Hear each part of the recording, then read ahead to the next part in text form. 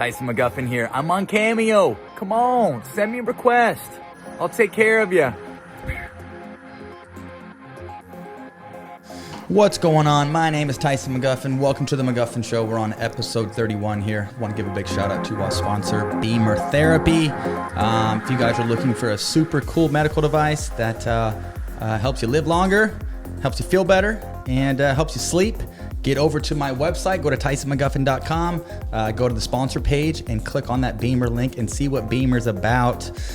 Got this stranger over here next to me, and I got to play with him this morning. I haven't seen him in forever. He's been teaching some camps. K-Mac, what's going on, Been buddy? on the road, man. Happy to be back. Happy to be back. I missed the podcast. been watching, been checking in. Good stuff. But it's nice to be back in the seat. Good to see you. Kyle pulled in our driveway this morning, and it's just a sheet of ice. Literally, it's just a sheet of ice. It's very messy at our house right now. It snowed for the last couple weeks, and then dumped rain yesterday, and so it's like black ice out there. Yeah, we're both walking about like we're about 90 years old, just little tiptoe steps. Baby steps, baby steps. Walking a little ginger, Exactly. But yeah, got a nice little workout in this morning. Been playing at Selkirk's new court. Love it. Literally, it's like about 6 minutes from my house. Yeah, I didn't realize how close it was to your place. It's just a jump and a skip. Yeah, that's kind of perfect. Yeah, so Selkirk's got two buildings now. Their new building is massive, and they kept their old building, and they're going to turn it into like a little private court, little hangout area. Probably something like Beach Boys, if you guys know my man Dan that owns the jewelry shop, Southwest Florida.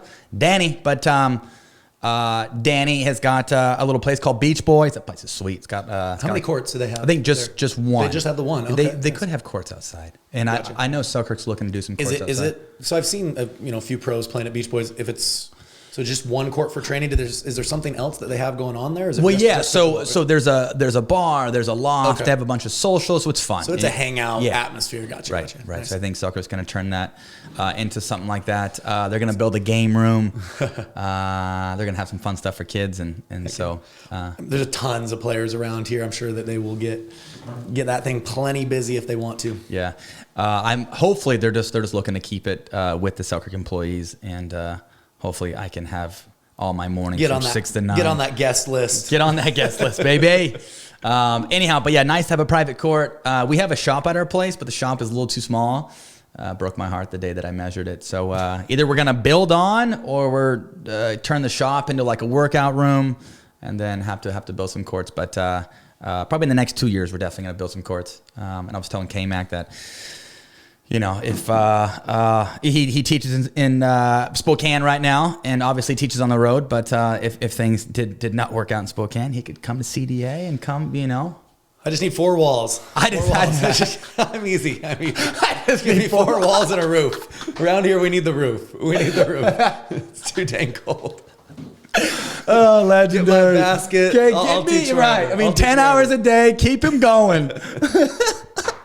See my basket, 4 walls and a roof. Here in 2 years, he's not going to have any freaking time to teach locally, because he's going to be so freaking busy on the road. Sure. So. And honestly, like even over the last month, You've been bowing out. I've dialed my local teaching schedule back just a little, because I got to find time to train, right? So I did over the last month, and then visited family for a little bit. It's been nice to just pump the brakes just a little bit, right? Locally, and most of my income is camps anyways. Yeah, right. So you got to find that balance. Got to find that balance, for sure. Today's episode, we're going to be talking about A Week with Banks, this new halftime chiller sponsor that everybody seems to have. Camps, follow me on YT TikTok, newsletter, Sports Corner, APP Mesa, Gridley and Cincola, our king. Boom. Boiler Room Breakdown, APP Boca.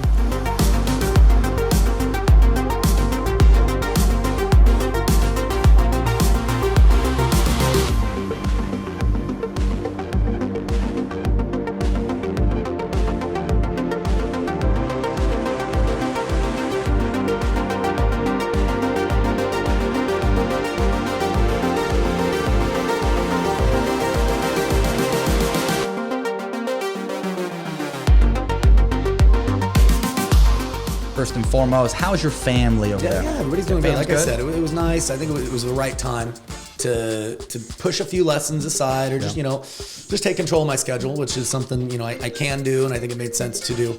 But yeah, we took a week over Christmas. Went over the west side of Washington where Callie's parents live, my parents live, so it was nice to just spend some slow down time with them, and then training. It's been really good too. At the playground where I teach, they've got a youth, like a kids day that I don't know if you know Karsten, but he's a young adult, a nice young man, teaches, and they love it. So then all my older 3 kids have gone a couple of different times, which is really nice. Like my oldest daughter is, sports are not her main thing. Like she's a big time reader. It's just good to get her some balance and build a little confidence for her. So we've been getting all of them doing a little ping pong at home, and they've been doing doing a little bit of fight camp. Yeah. You know what was crazy is that the last time I hung out with this guy, we were practicing in the morning, and he told me that he just got the fight camp deal, and I'm like, dude, my big Christmas present. I'm like, dude, little did I know, my wife just got me a late birthday present, and she got me fight camp too. Come on, we're fight camp brothers, fight camp boys. Okay? Love it. So you haven't tested it? I haven't even touched it. No, I've only been on there a couple of times. My kids have been messing with it. We got the full family pack, but yeah, it's great. It's it's interactive. I'm not a boxing background person, so it shows you some fundamentals, some fun little workouts. Good for hand speed, foot speed. Yeah, honestly, I got it with the intent of wanting to stay in shape, but also, if you think about volleys or fast volleys, you're keeping it tight. It's very similar to a punching motion. Exactly. Getting your body in front of the ball, get your weight through it. So trying to visualize any little edge to speed those hands up and get ready for match play. That's cool. Yeah, I'm definitely gonna pull my thing out of the box, and you have to do a post. Show the folks at home. Show them the routine. Oh yeah. Okay. Hey, if you don't mind, tell the viewers. And this is a sad story, but you were telling me this morning what happened to your daughter, poor little sweetheart, when she's and this is just talking about how stinking icy it is. No, for sure. Where we're at, poor thing. No, same. And over in Spokane, it's the same. It's just a thick sheet of ice on the road, and so all my kids walk just up the road a little bit for the bus stop. All my kids really are now in school. My youngest, who's in kindergarten, biggest spitfire, like aggressive personality. My wife was watching, and she fell, got up, fell, got up, fell. And then by the 3rd time she fell and got up, she was just visibly just pissed off. She was, storming up there, but it was that's the one worst, of those things we wish we could have got on video. Right, that is like the worst morning. Right. It's a morning, it's cold, you're falling, right? Oh gosh. Rough way to start your day, right? Rough way to start your day. The last couple of weeks, I kid you not, just with getting back into training and stuff like that, and it being cold here, like my joints are cold, my shoulders all banged up. I'm not saying I'm getting old, but I totally understand why snowbirds get the heck south. Yeah, get out because of that I'm definitely it's like I don't get as sore when I'm East Coast and it's humid. I actually really don't get sore at all. Right. West Coast drier, I'll get somewhat sore, but nothing comparable to being in cold weather and waking up and like your joints feeling tight and Well, I think we're both in our 30s now. I think that's the time where that starts, right? Like obviously it's not like when you're in your 50s or 60s and there's a lot you can do about it, but I know like the moment I got over 30, it's the first time I was like, why did my knee just randomly hurt? It was like for no reason. So little by little, it's only going to get worse from here, right? Right, for sure. Okay, so I spent a week with Banks. We were down in San Jose. My wife had surgery, and I kid you not, it was a legendary week, and Banks was on a highlight reel. So a couple of things that happened. We're looking for the remote. Meg may have been in the bathtub. We're looking for the remote, and Banks had to put the remote in the bathtub. Nice. Another thing is she likes to take off her diaper. And we had been watching Coco for like 6 or 7 hours that day. She's working me over all day. And so I didn't put pants on her, right? I put a shirt on her, put her diaper on, put her down for a nap. I get her up from her nap. She'd totally taken her diaper off. Goes, nope. She had like a big hard clump of boop just sitting in her playpen. I'm like, what in the heck? Just left you a little present. Right. And she's so quick to rip that diaper off.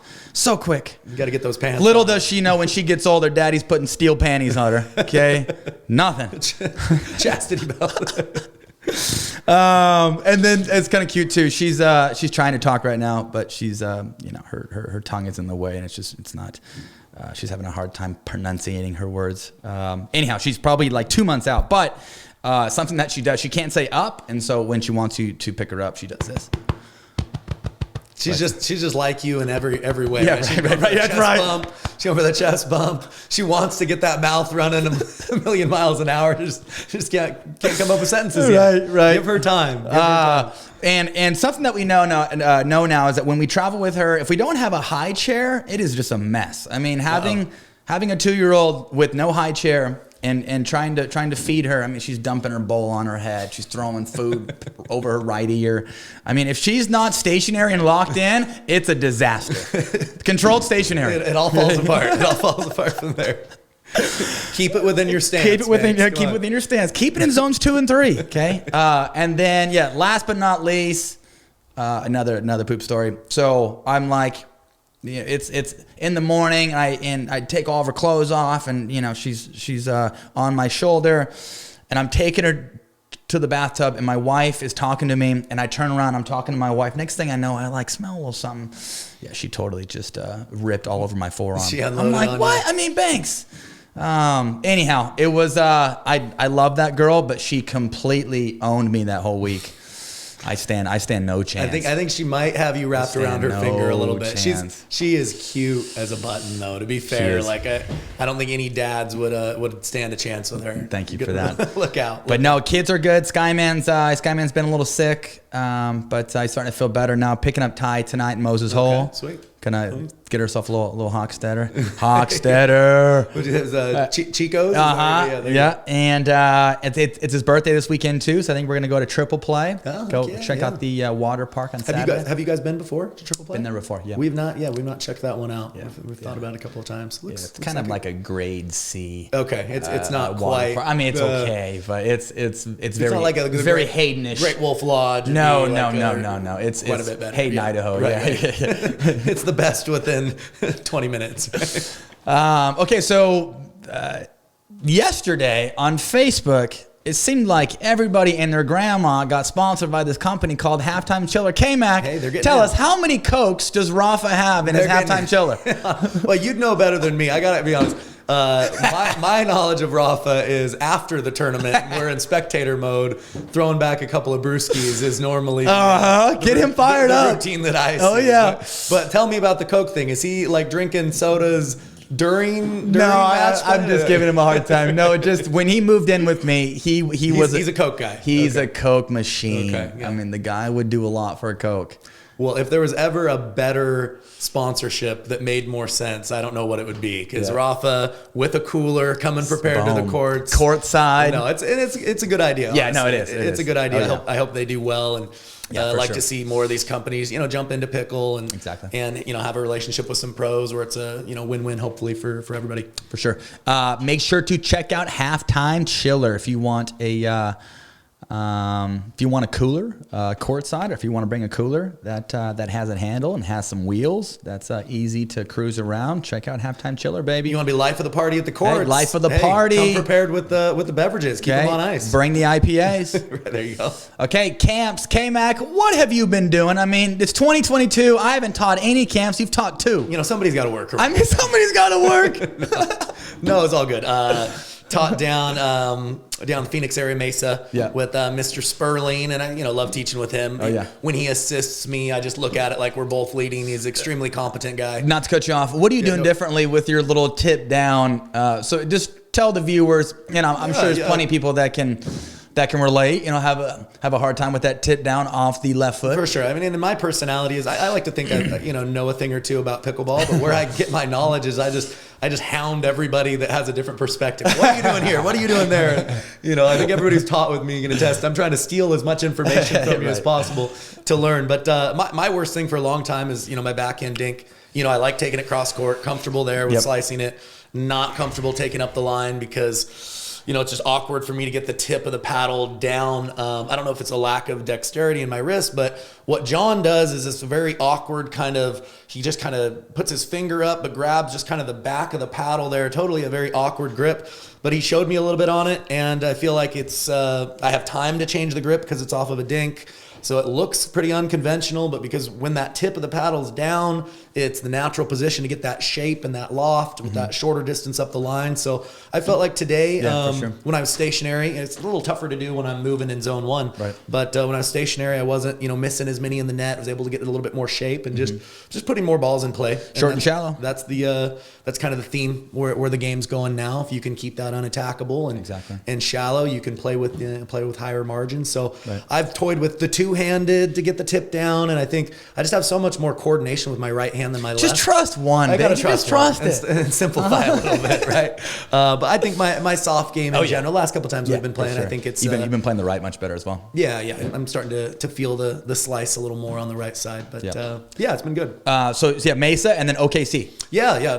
I think it's my third or fourth chicken and pickle location. Nice. One of the newer ones looks really nice. Place looks sweet. They took care of me. Camp went really well. What'd you have for lunch? Tell me you had that chicken sando. I actually, I was good. I went with like the power salad the first day. I went with the little quinoa. Kyle's a new man. 2022. He's a new man. Well, I mean, to be fair, good food, but a lot of the stuff's pretty spicy. So for me and my boring palate, I gotta pick my battles. So I went with a salad, but no, went well. Glad for our partnership with them. Seems like all those camps, it's just a little more professional. The setting, it's good for pickleball. Good for feels like destination. People are excited to be there. It's nice to have one-stop shopping where you have restrooms, you have the courts, you have food. It's all right there. It makes the camp kind of very smooth, up tempo, like fun environment. Right. See some designer bags at some chicken and pickles. Kind of funny. The couple times that I think I taught at San Antonio, Kansas City. I think those are the only two I've done. Okay. San Antonio. Anyhow, both times that I traveled to Chicken and Pickles, like for lunch when you go over to the restaurant, there's people in suits, Louis Vuitton everywhere, Gucci. There's definitely some money floating around Chicken and Pickles. You know what I mean? I've always been surprised at how much of like the working class lunch group that they get. Like I saw some nurses in there. Mm-hmm. People clearly on their lunch break from work just wanted to kind of take in the environment. So glad to see they figured something out and they're expanding like crazy. So it's obviously profitable and working out for them.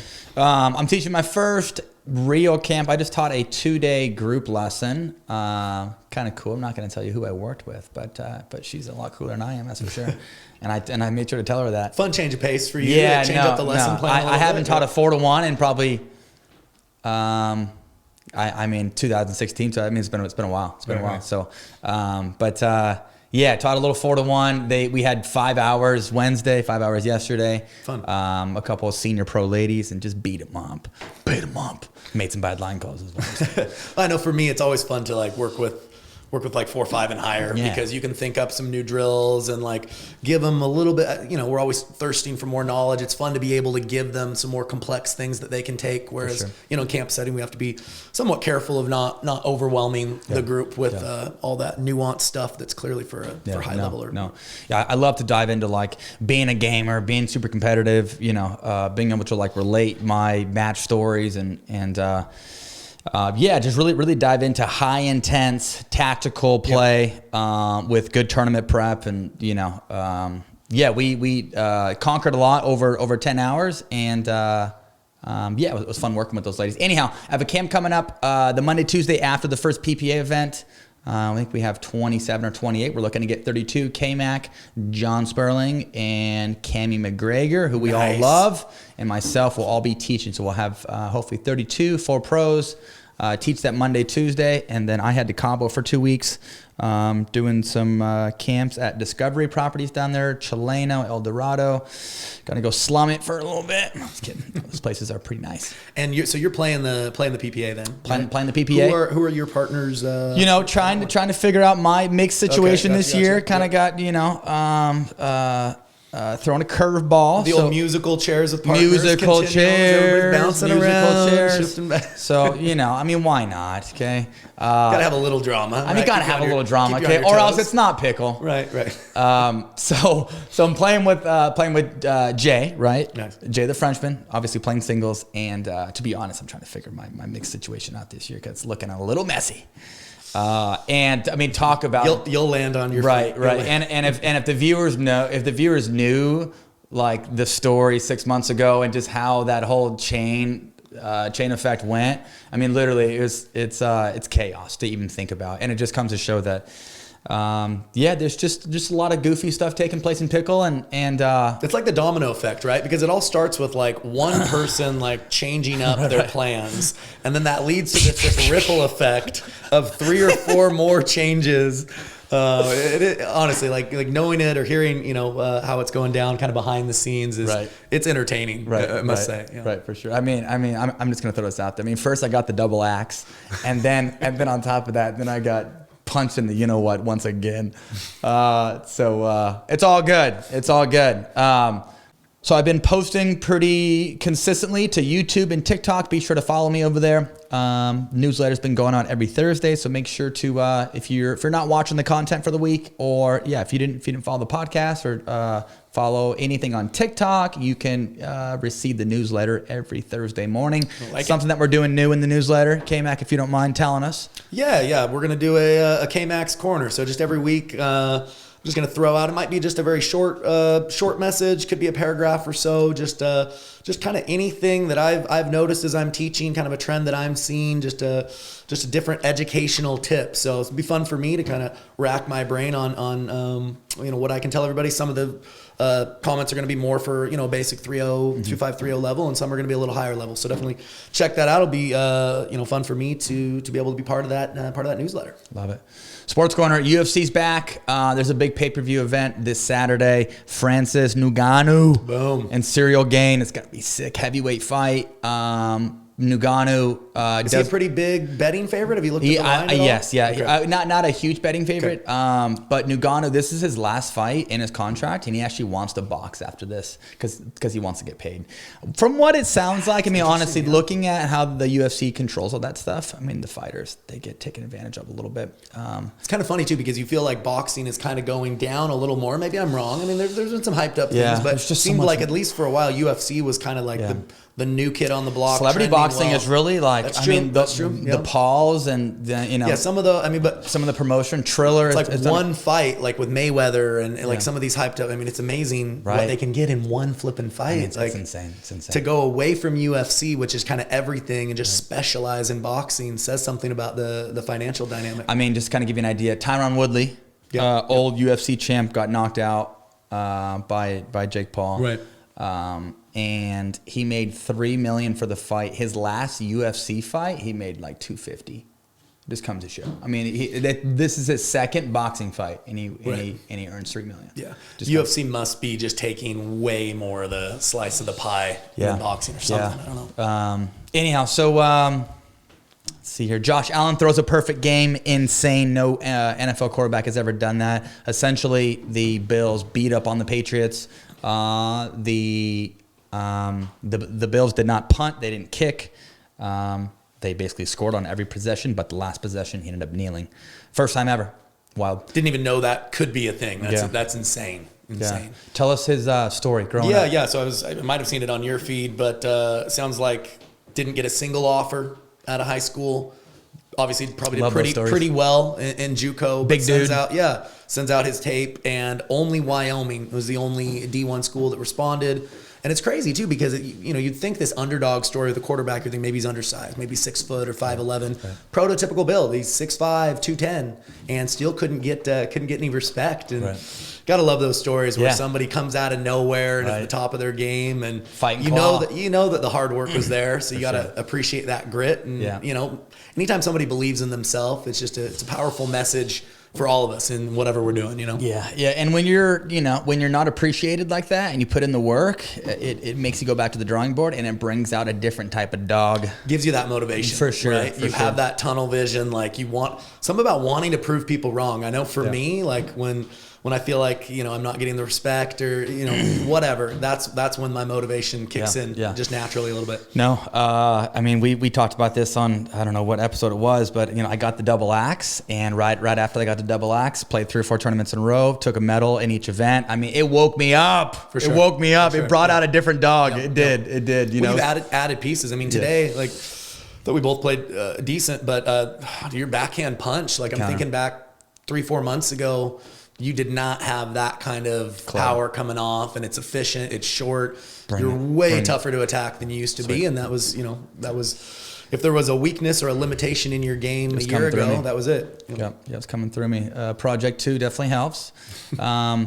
No sleep for me, Australian Open. I don't know what K-Mac's been doing at night, but I've been more doing the Sports Center highlights. I'll catch a match here or there, but I haven't been. I've been trying to stay up to like midnight. You know, I'm cheap. I'm a streaming guy, so I don't even have TV, so it's a little tougher with some of the matches. Yeah. If there's like a big major final, I'll just splurge for a 1-month membership on Sling or something so I can watch it. But no, I've been catching it a little bit here or there. I was telling you, my guys.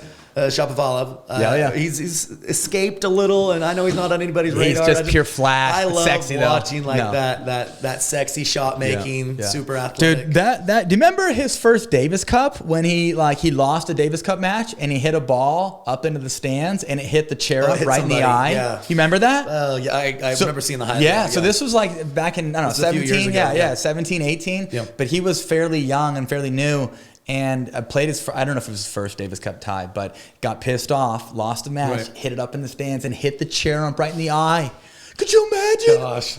You just want to crawl under a bridge. Oh my gosh, yeah. Everybody's down on you. He's got game. Yeah. And that was I'm a big fan of Riley Opelka. Actually, it's kind of funny. For the longest time, I've been liking all this stuff on Instagram and sent him a couple of DMs and no response. We have the same agent. We're both with the same guy. Top Notch. I didn't realize that. Yeah. So just recently, 2 weeks ago, he sent me a DM and he reached back out. Gave me his address. I'm going to send him a paddle and some gear and stuff. Sweet. And I've been telling him and sending him DMs and telling him that he's not just a serve bot. He's got more to his game. Yeah, because everybody just calls him a serve bot, right? But he's a super cool dude. He moves pretty well. He moves pretty well. Some of the shots on the move, comparing him to Isner, right? It seems like he hits some stuff on the move better than Isner ever did. That I can tell. So he's just a monster. I mean that beard, that height, that crazy hair. He loves be talking to somebody that tall about pickleball, man. Yeah. There's gonna be no kitchen line. Yeah, right. But super cool dude, and I'm glad that he's been hitting me back. Yeah, cool. So winner of first round at Australian Open gets 103K. Kaboom. Not too bad. Singles champ gets 2.8. It's a little different from pickle. Just a tad. Just a tad. But it's good money. It's good money. What does that mean? Even if you win a first round qualies, you have to win 3 rounds to get into the main draw. First round qualies like 25K. And that's where I'd like to see, I think Nunnery, it was a few months ago, did a post about the payouts and PPA or whatever the tour is. I think it would be nice. Obviously, it's not to that point yet, but to where with some of these bigger tour level events, there's more of a qualifier to where you can't, just get in automatically, and then be cool to see it paid out round by round. Obviously, you got to have more money in the overall prize money for that to make sense. But I like the idea of each round you win, you get a little bit of a bump, but it's a little bit easier to predict as a traveling pro, a little bit more predictable income, right? Because it's greedy at the top. It's greedy in the top 3. It takes quite a tournament for a lot of people to be able to break through. So it'd be cool to see it spread out a little bit more evenly. I think that would add more depth into the game, and a few more people would be more inclined to travel to more events. And so hopefully that's where it's going in the next few years. Yeah. I mean, the sponsor money is definitely starting to get real. Yep. Bigger brands are coming in the game. I can't announce anything right now, but there's a couple cool things coming my way that I can announce in a month or so. But I mean, I know myself this year looking at camps and sponsors and YouTube stuff. I mean, it's on fire right now, and what we've been talking about, all the content's been complementing the camp numbers. Instagram following freaking took off. Been super consistent on YouTube and TikTok. So. It's been good, man. I mean, I think that, this is going to be our best year for sure. No, I agree. And it's nice too. I mean, we've kind of come up with our own language or terminology around teaching. So it's so much fun going to these camps and having people that have checked out the YouTube. Yeah, right. They already feel like they know you. Right? They know the red, yellow, green. They know the slide. They already know some of the terminology. They're just content junkies. I love it. The pickle community, I kid you not, they live and die. And that's how I was when I was content. And for the longest time, bad content. Now we're bringing the hot stuff, okay? Get a little production value. Now we're bringing the hot stuff. No, it's so true though. It's good for the sport, and it's fun to be part of it. And like I mentioned with Hank, I've always been known as the athlete and the dad, in which I like, but with spending a decent amount of money this year on content, I wanted to be appreciated for the YouTube channel, and now I'm kind of known as like the YouTube guy, you know, so an entrepreneur, right? Yeah, like doing a lot, which is it's a lot of work, and credit to you, man, because I honestly don't know how you stay so busy. I mean, I get to come in, shoot the bull with you, but like all the setup is all you, and the team around you, and like there's a lot going on. You deserve the success because you're making sure you stay busy in a positive way, and like I said, you deserve it. Yeah, it's good stuff. No, it's Meg and I look at each other from time to time, and we feel like like if I don't respond to an email, or if I don't respond to this. Something could happen, but there's just so much flushing in at such a rapid rate. Sponsor deals, different or growth on Instagram, camp numbers. I mean, things are just taking place so quick right now. So we're just trying to capitalize. But you guys have a good dynamic too. It seems like you guys hold each other accountable. We're trying to. Yeah, I mean, that's not. I mean, honestly, I love my wife, but it's not always easy. And one thing that I have been trying to get better at, and Kyle knows this, I'm a terrible listener, and with my ADHD brain, I just always on the phone. God, I mean, I just run 1,000 miles an hour. So I'm working on is being a better listener and not trying to fix her opinion when she gives me her opinion. Just listen, Tyson. Listen, don't fix it. And a lot of us married men could be a better listener. A lot of us married men could benefit from that advice right there. I'm just so eager to tell her what I think, but sometimes they just need to vent. Sometimes they just need to vent, right? God, you just need to be there to suck listen. it in, okay? Pull the weeds and just suck it in, okay? I mean, wasn't that one of your? I think I was watching. Wasn't that one of your New Year's resolutions? Yeah. Listen a little bit more. Listen a little better. Be a better listener. Take a step back. Take a step back. Push out the ego. And you know what's tough for me too is that I need to be bold and confident. With the instructional videos, with the podcast on the road, like when I'm on. But when it comes to the family, you have to be able to switch. I have a hard time turning that switch off. I do. I don't think anybody balances it perfectly. At least you're recognizing. Oh yeah, it, right? For sure. It starts with recognition, and then you can make the change. But no, it's all good. It's all good. Lakers are getting their act together. Happy to see that. They need to get Russell Westbrook out of that. God, he's terrible.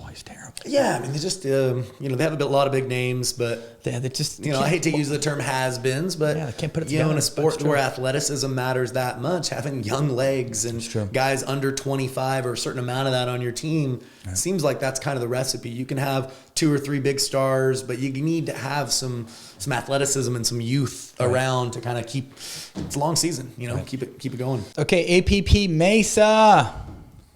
This guy sitting right here has been telling me for the longest time how talented Gridley is, and I knew, I mean, just like Susanna Barr, Rob Cassidy, Sheldon. I have an eye. I knew. But what I didn't know is that I didn't know that Gridley could compose it all day like that. I mean, first of all, the guy is just super genuine. He's kind. He's harmless. And I say that with true respect. But yeah, I mean, just the nicest guy and just a freaking gamer. Love the energy, love the fist pumps. He's got a nice clubby backhand punch. He does a good job of dinking middle, making him kind of think over that stuff. He's able to speed up. He's a right side specialist, but he dinks middle, does a good job of holding the right down, likes to speed up line, got good hands, fights well. I did not know, K-Mac.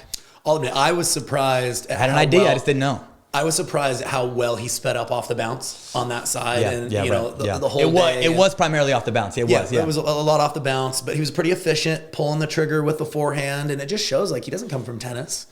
So his ball striking isn't going to naturally be there the way former college tennis players there, but tip down, right? Doesn't miss in the net much, and he just kept holding. He'd go line when it seemed like a Dawson. It was a match I watched when Callan was giving him a little space. He'd just get Callan reaching for that initial counter. And I mean, Callan's got some pretty clubby hands as well with hands. that. His and hands they both use that Pro Connect paddle, which comes off back pretty fast. So I was happy for him, and I don't know Austin super well. We played one tournament together, and I wasn't playing particularly well, but it still felt like, we breezed through some of our matches, and even when I wasn't playing great, He wasn't rolling his eyes at me. His body language was good. So I can see that. I like the little intangibles like that. And then he got so much crap about the video he put out. I don't know if you're aware. Yeah. He put out a video when he got a win over Ben and Colin Johnson. Can't blame the guy. He just basically said, hey, this was a big upset, proud of himself. Gridley, I've been taking a game off those guys in a year, so you can do whatever you want. So, everybody just, threw him under the bus for game. that. And I don't know. Like,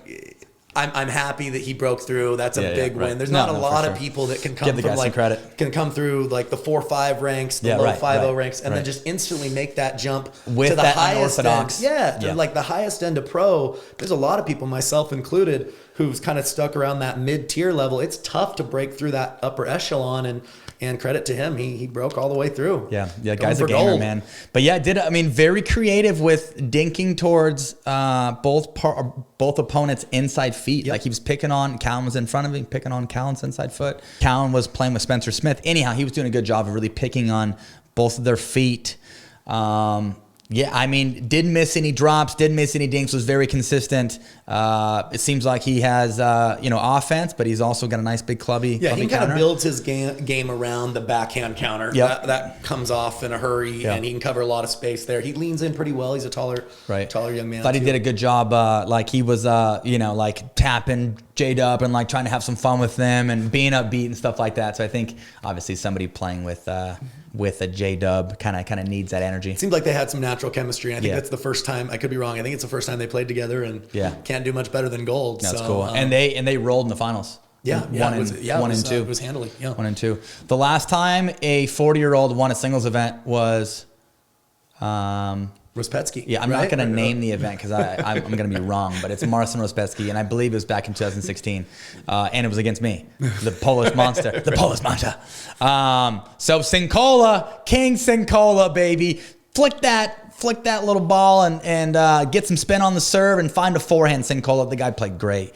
Don't know what the win and loss ratio is with Cincola and Navratil in practice, but I would assume, we were talking about this morning, 70-30, 80-20, 90-10, but I would assume Zane obviously wins more matches. Right. And Cincola had to come back, beat him best 2 out of 3. The best 2 out of 3 went like 12-10, third game. Yeah, it was tight. It was a decider by 2. Did Zane have match points? I don't know if he did. I didn't actually watch. I just watched the highlights, so I don't know how it went down. And Cincola got up quick in the gain of 15, and like Zane was spraying returns, spraying some volleys. Looked like Z, man. That was big for him too, because he played Zane in the winners bracket final, got beat up, and lost like 4-4. Yeah. And you could see the discouragement. He just beat J-Dub. Clearly, he was playing well, and it's frustrating to lose to your training partner over and over, especially if he is winning.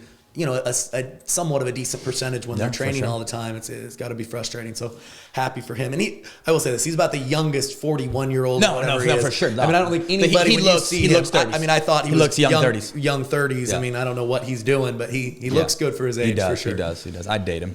Yeah. Cincola. Irina wins double gold. She played great. Looks like there's a new Irina this year. She's woken up. It's like each time I think that like Irina's kind of going away, or she has a tournament or two where she just doesn't look that great, she bounces back and just shows that she's still got it. Yeah, that's cool.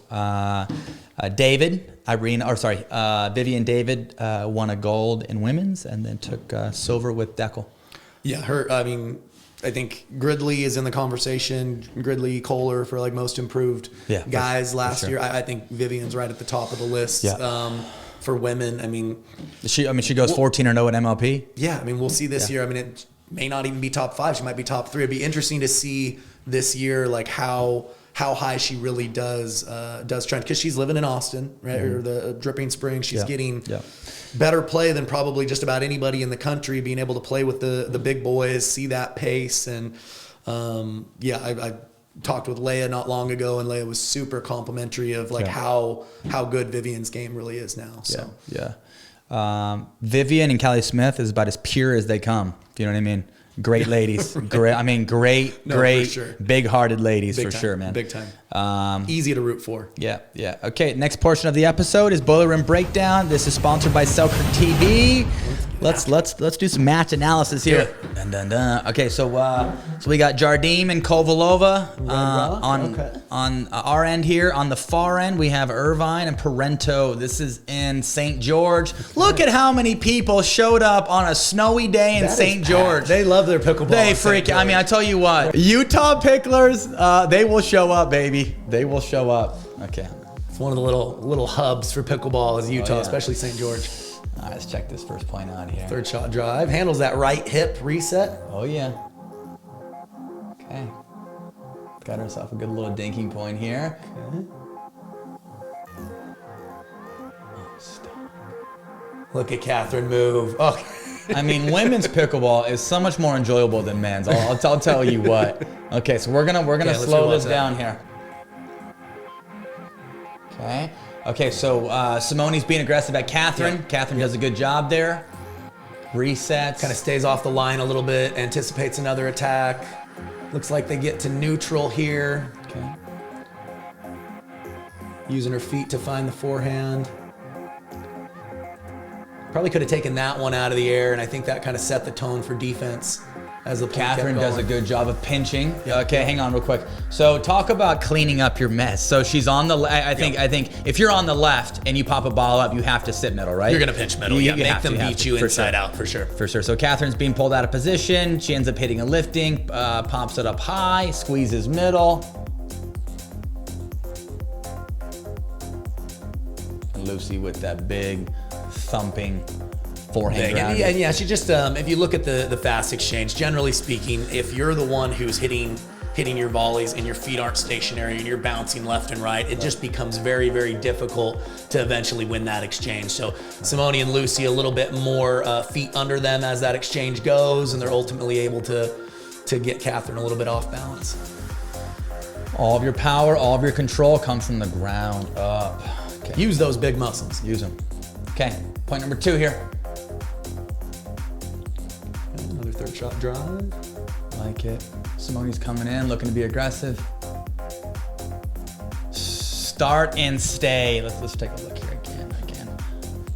Okay. So she serves to Jessie. Looks like Simone initially takes the ball for Lucy's inside foot. And then to cause a little less confusion, looks like Simone's there again. Stays. Slides over quite a bit, yep. But this is a great example of kind of starting with that initial third off her inside foot and kind of staying there to a certain degree. But obviously once they got up, Simone sped up, she stayed middle. Main principle here is that if you're going to be aggressive in the middle, you got to keep your butt there.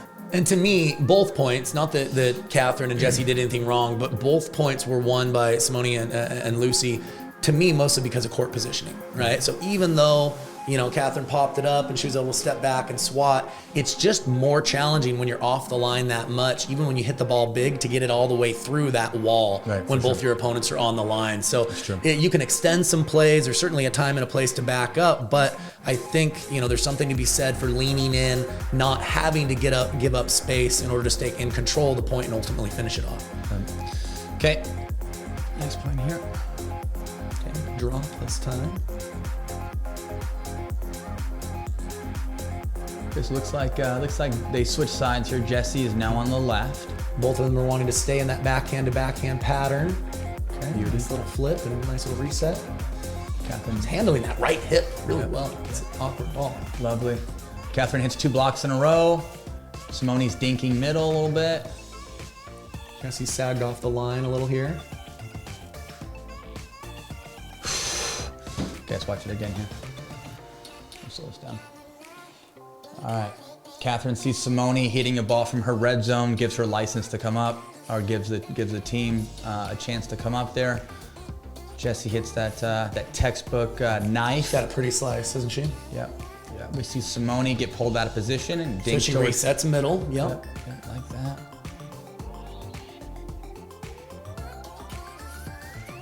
Again, if you see a trend here, though, Simone's leaning in just a little bit more than Jessie here, where she needs to create space to set up that slice, but over time, here it comes.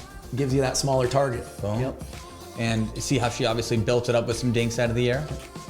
Speed up again. Catherine does a good job of buying herself some time, giving herself a little height on her block.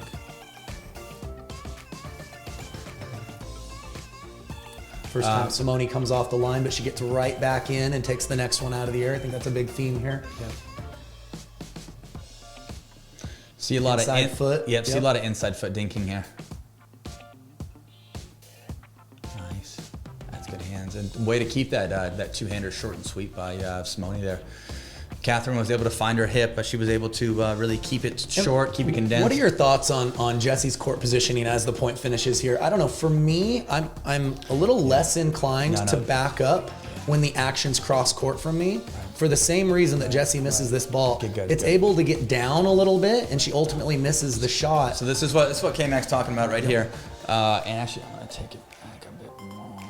Okay, time right here. Okay, yeah. So Catherine's going head to head with Simone. Just like what Kyle mentioned, yeah, I think if you're head to head, that person that's crossed needs to be pinching middle. And from a partner standpoint, if I'm going head to head, I need to know that my partner's kind of on my, if I'm on the right, they're on my left shoulder and pinching. So yeah, I think she needs to be up.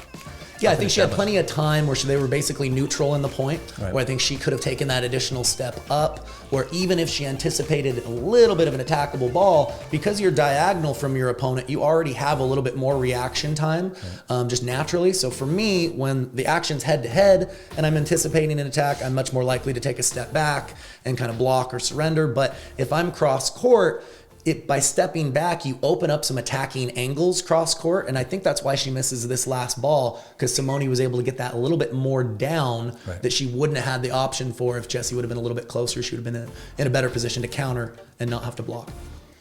Okay.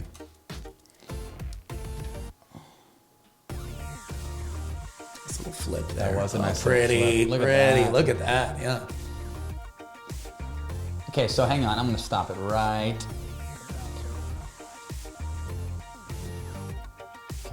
So, I haven't seen this out of Jessie yet, and so it looks like Simone's dropping cross court, okay, and Jessie's taking a flick at Lucy's forehand, but as she does, she's ready to clean up. So good job there by Jessie with using the backhand flip off the bounce, finding Lucy's armpit, and then sitting for that recounter with her forehand. As we know, if you speed up line and your opponent is late on the counter, it usually comes right back line. If your opponent sees it, then their counter is probably going to go. It might go middle, it might go cross court, but if it goes middle, that's a great time for you to transition your backhand speed up to a forehand recounter. And anytime your opponents are, they haven't neutralized yet, they're working their way in. If you've got a ball up and you disguise it a little bit. Lucy didn't do a bad job with her counter, but she was just a little bit off the line, a little bit surprised by it, and that's all Jessie needed, not to win the point with that initial speed up like we teach, but to really set yourself up for that second ball where you really take control of the point. She's sitting on it, point over. For sure. I like it. It seems like Jessie usually speeds up with two and not one. Yeah, no, it was disguised because she's normally dinking when she uses the one hand. Little drive drop combo. Got some D. Catherine does a good job of buying herself some time. Nice little reset again. You can play good defense if you have time. Okay, now it's pretty neutral here. So a good majority of these points, they are positioned like the waters. I mean, they're 3 feet off the line. I just worked with that crew the last 2 days, and we talked a lot about if you're going to speed up off the bounce, and K-Mac knows this, if you're going to speed up off the bounce, if you're a half volley master and you don't give up any court position, it's going to be extremely difficult to speed up off the bounce if you don't give yourself time. So we just kind of talked about, if here's the baseline.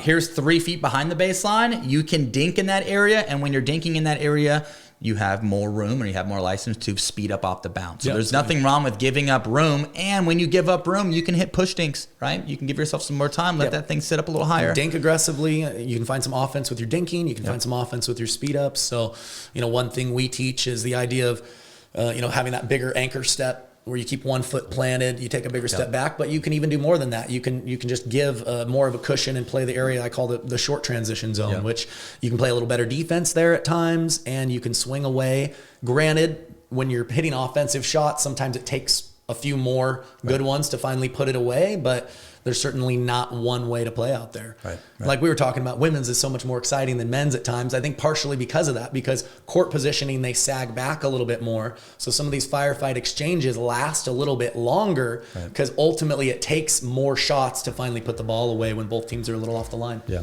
I think so. Let's go run this again. So Jessie pops this up. Catherine gets back. She sags back. Yep, smart. Nice little pick up.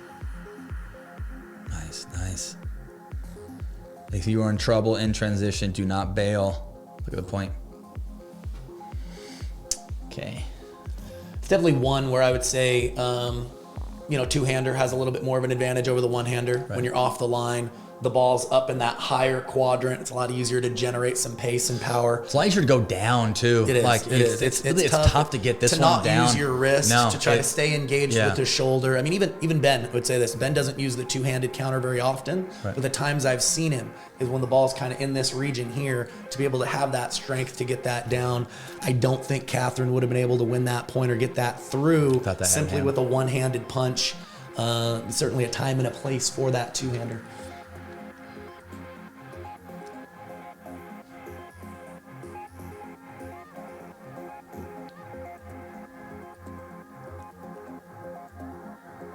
Nice. Smart. Yep.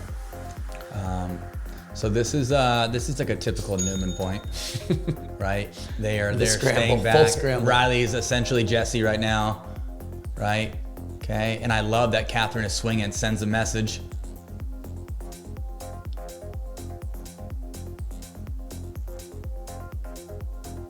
Oh, just coming in hot.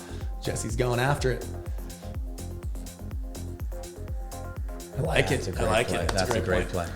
So one thing I want to talk about, if we could replay this one, if you look at Jessie's court positioning when they're scrambling, she doesn't come all the way back with Catherine. And there's not one way to do it, but I think, if you feel confident enough in your ability to reset, even when the ball's a little bit higher, you can stay in that transition zone and clean up your mess quite often. And the beauty of not sagging all the way back is when either you or your partner gets a ball down, you can now, with your court positioning, shrink the court for your opponents and turn it into a poach. So sometimes just the visual presence of one being back and one being staggered, not all the way up at the kitchen line, but a little bit back, allows you to flip that switch and turn into that offense and feel both players coming in. So I kind of like how she, at times when she popped up a reset, she'd take one step back, but she wouldn't fully retreat all the way to the baseline.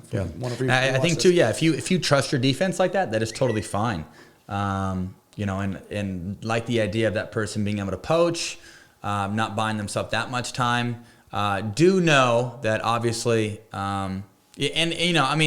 this is on a cold day. This is on a cold day in St. George, and so to keep the ball down like Jessie did in the transition zone is very difficult. Sure. But let's say Plan B. Plan B. Let's say you haven't been moving back with your partner and you've been popping balls up. Nothing wrong with getting right back to square one. But from a higher level standpoint, for sure, if you can park your butt down, tip down, and you're able to take pace off in the transition zone off of high balls, and then also you can be a big presence. Definitely a huge benefit there. Well, I think there's lower level, higher level. I think lower level, it makes sense to think about kind of moving in unison with your partner, staying even with them. I think higher level, when you're good enough to kind of clean up some garbage in transition, you can start your path forward and be a little more staggered as your partner's hitting the ball. But I look at that mid-court as kind of, that's your decision moment, right? You can't get there and keep going, because if your partner pops it up, you're a target and the point's going to be over. But if you get there, you can kind of decide from there, based on the quality of your partner shot or your last shot, if you can sneak in a little further or maybe hold your ground or maybe one step back. But I think that's the difference in higher to lower level. You don't have to be even with your partner the whole way, because by being staggered, you can shrink the court and some of the angles available to your opponents. Let me watch that a little bit here. Okay, new point here. Okay, ladies are scrambling to get in. They got one down. Jessie does a good job of resetting and keeping it in front of her. Plenty of height. You notice as these ladies are being pulled out of position, they reset up the line and they keep it in front of them. Jesse's got some time there. Obviously, if she didn't have time, she'd be resetting line.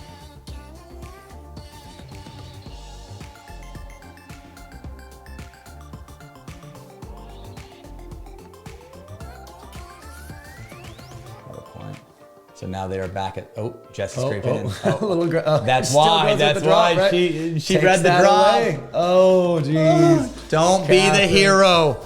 Don't be the hero. I've been there so many times. That is so tough. You're back playing D. You finally get one down. You get a ball that's high. You swing. That's a tough feeling. No, it's so easy to do, like you said, cold conditions. Yeah, right, the ball's really moving. Didn't look like she overhit that, it didn't, right? It didn't. It just sailed on it a little bit. And something to think about too. If you're playing in temps like this, it's 40, 50 degrees. The Dura ball is flying. Your technique with how hard the ball is going to be, and this kind of depends on what paddle you're using too. But just general technique is going to be shorter. It's going to be a lot smaller. Why? The ball's flying. The ball's going to feel like a rock off your paddle. It's cold. I personally feel like you can really shape the ball when it's cold. And so, if you're hitting a drive off a shorter return, I'd add lots of spin. If you're dropping, you can add lots of spin, but you can really flirt with the ball or flirt with that Dura ball as it's like a rock and it's cold and it's rough. Just focus on shortening, keeping things tight. And adding spin because the ball sails. Yeah, if you have a good clean contact point, like you said, power isn't going to be the answer. It's going to be more about the timing. Right. Let the pace of the ball and the coldness of the ball provide the power. You don't need to give anything extra. Sure, just think clean and make sure you get that brush up the back of the ball. Get that brush. Get that brush going. Okay, another point here. Okay, drive the third, drop the fifth, like it. Get in together. Use the drive to enhance your fifth. Little half volley. We see women using good spin here, slicing on the backhand. Lucy's trying to isolate Jessie. They're trying to pick on that left foot of Jessie, forcing her to half volley a little bit more. She's handling it well. Yeah, that's a good ball. Stop. Look Look at the D. Jeez. This is no way. This is Simone. Oh, no, get out of here. Unreal. Woo, that is the GOAT right there.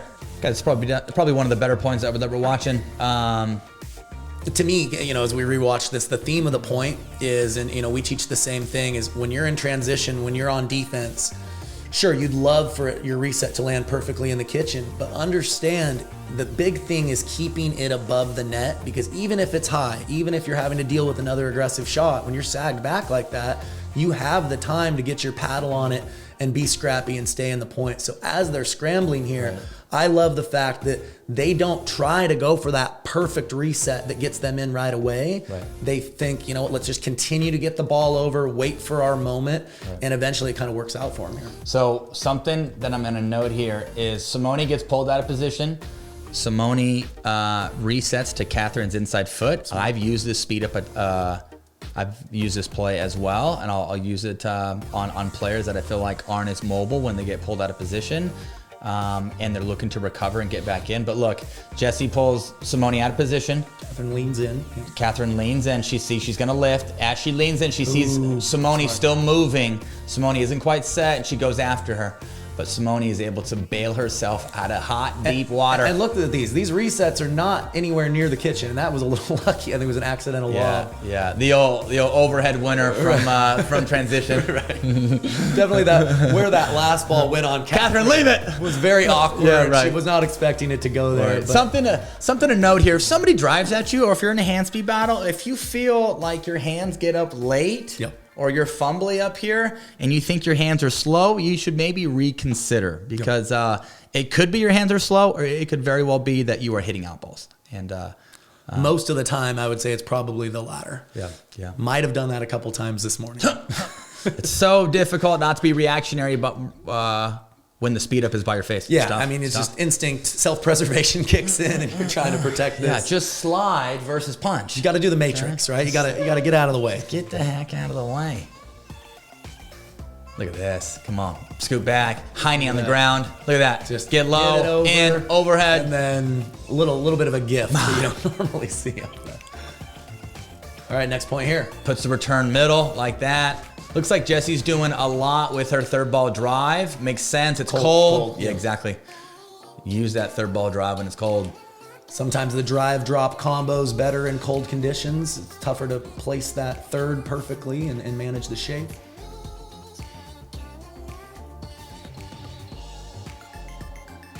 I like Jesse's court positioning a little bit better here. Seems like she's willing to take a little bit more out of the air. Exactly. And look she gets the pop up.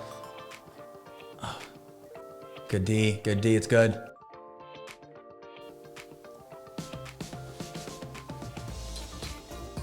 Good. Nice. All ladies are being very consistent with their ball in transition, getting that thing down, using some height, Good using shape. some margin. Yep. Really good defenders. Trust their height and find that shallow area.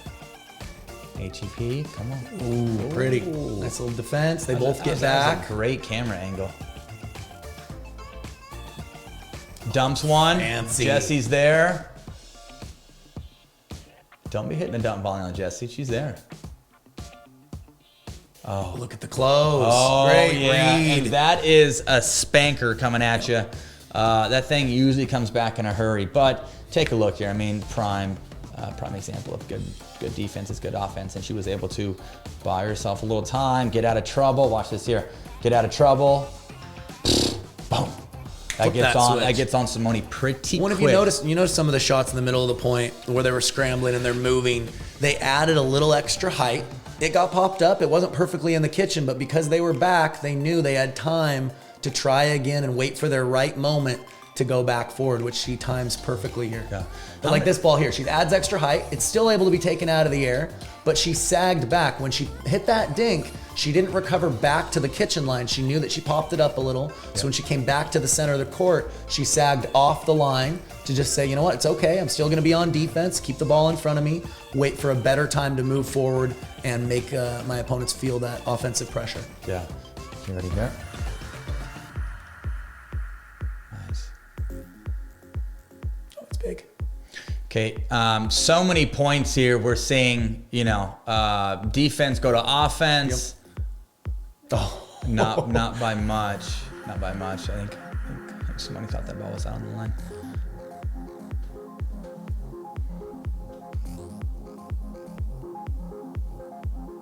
Yeah, that's a big girl overhead. Probably one of the bigger overheads. she probably has the most power, maybe in pickleball. Yeah. Very, very close on the women's side. Definitely. What a pickup! No way. Stop. Speed up. Short and sweet. Yeah, that's pretty good. That's pretty good. Lucy dug that thing out, and it got down. I think this is a play, with her pickup here that she played a little bit earlier.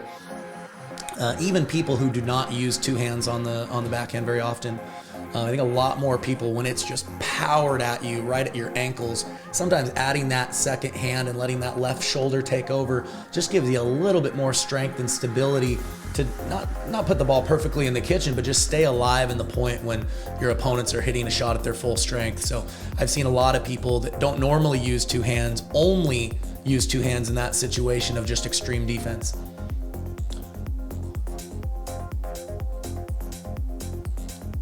Nice. Backhand. It's good D. Yeah, as we see here, it's not just the offense that's doing it. A lot of these points are being scrapped out. They're scrambling. They're on defense, and they're able to bring themselves back in the point. Tip down, pick up there. One thing that we do see is that when somebody starts with that forehand middle, generally they stay. Less confusion, whether I'm dropping or I am being aggressive with my fourth and my sixth. If I start, love the idea of staying. Goes again. Yeah, it's pretty good. That's pretty good. Looks like she was all over that. They're not trying to say, they're not panicking and saying, the other team's in control. I've got to instantly get it in the kitchen and get back to the line. They're waiting. They're giving themselves plenty of shape, and they know that it only takes one that gets down, and that's their movement to transition and come in, and she times her counter really well. But if they would have panicked or been a little antsy and tried to get forward earlier before it was the right time, the point would have been over and not in their favor earlier. Puts the return on loose. Drives line. Simone drops to 5th. Resets middle here. Resets middle. Just gonna stay in that backhand pattern here. Who's got the better knife? She's moving, so she resets middle again. Ball's a little bit more in her stance. Goes a little. Oh, there's a little room. K-Mac may have gave me a few ATPs today on the right. I mean, talk about a generous man. I'll tell you. I may have hit 10. I mean, it was a record on the right. You know, it's tough to get control with Tyson cross court. It was a record on the right. And I get a little antsy with moving him a little too much. Angle. And Tyson is I played with him enough to know he's about 95%. If you give him a sliver, he takes it. I should know better. Nice. Yep, up. I'd like to know, out of all the points that we've seen, what percentage of time does the team that scoots back at the baseline and comes back up, how often are they winning the point? Yeah, it's pretty high. It's pretty high. I mean, where you'd think it'd be like 10%. No, right. It's probably been like 35 or 40. And just like what you mentioned, it's all due to trusting that you can play good defense if you have time, not rushing, and when you come up in a balanced, organized manner. And over time, with you doing that and playing good defense, it sends a message. It puts pressure on your opponents, makes the court look small, and at the end of the day, when I play the Newmans, I feel like the ball is tiny. I feel like I'm playing on a half a sliver. But it's very Newman-like. Yeah. Very Newman-like. Well, I think it's kind of there's an evolution in pickleball IQ. I think when people start and they haven't played very much, they're way too comfortable just wanting to stay back at the baseline, right? And so they play a little bit more and they hear, oh, you got to get into the net, you got to get in the kitchen line. And then a lot of people in that intermediate skill level, when they're playing defense, they don't do a nearly as good a job as they could because they're thinking, oh, I can't be back at the baseline. This is not a winning position. I have got to instantly get up. And then it comes full circle as you advance a little more where you realize, yes, the ultimate goal is not to stay back. I want to ultimately get up, but there's nothing written in stone that says I have to get up right now. Right. I can pick my moment. I can wait. And the other team feels so much more pressure, hitting smash after smash after smash, and the court starts to shrink after a while. So I just think that's the evolution in how we think about getting up is, yes, that's where we want to get, but there's nothing that says we have to get there before we're ready to and before we've kind of analyzed the right factors and conditions. If you guys have not subscribed to the McGuffin Pickleball Club, make sure you do that. Like, subscribe, and turn those notifications on to the McGuffin Pickleball Club. We are posting instructional videos, vlogs, pod episodes on Monday, Wednesday, and then Tuesday, Thursday, Friday, we are posting shorts. So if you guys want to tune into the content, the main content is Monday, Wednesday, and then shorts Tuesday, Thursday, Friday. K-Mac, anything or any last notes for the viewers? Well, if you're not subscribed now, you really should be. I mean, come it's on. Free. I mean, I would say, it's free. Just about everything else would be comparable as far as quality is more of a subscription, right? So if you're not subscribed now, what are you doing? Right. I mean, get on there. You can pay $10 a month for 360. You can pay $10 a month for Coach Me, or you can sign up for free to the McGuffin It's Pickleball true, Club. and I'm sure both of those are good value at $10 a month. But Right. it's tough to beat free, and the value is pretty good. The production value is pretty decent. Get on there. Get on it. My name is Tyson McGuffin. This is the McGuffin Show, episode 31. Pretty cool. See you guys, episode 32.